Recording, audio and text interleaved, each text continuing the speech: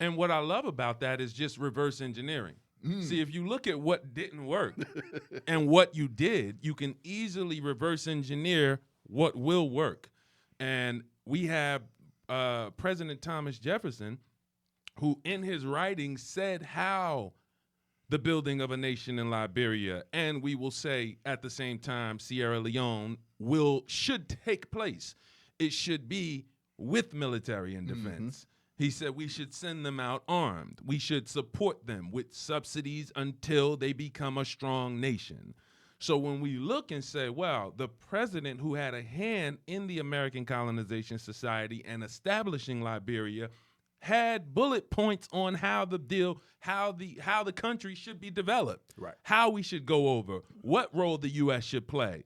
And when we look and say, wow, like your friend said, well, Curtis, didn't go so well 200 years ago when we tried it. Right. Then we look and say, well, that's because the aspects of the plan and the people who developed the plan were not properly executed, which again is why we've adopted and gathered this plan that has been 200 years in the making.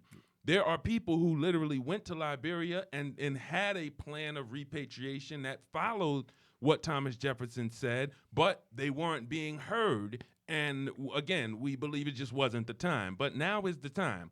We are going to plan the repatriation of 1 million people to Liberia over 7 years, 1 million people to Sierra Leone over 7 years, according to the writings of President Abraham Lincoln as well as Thomas Jefferson.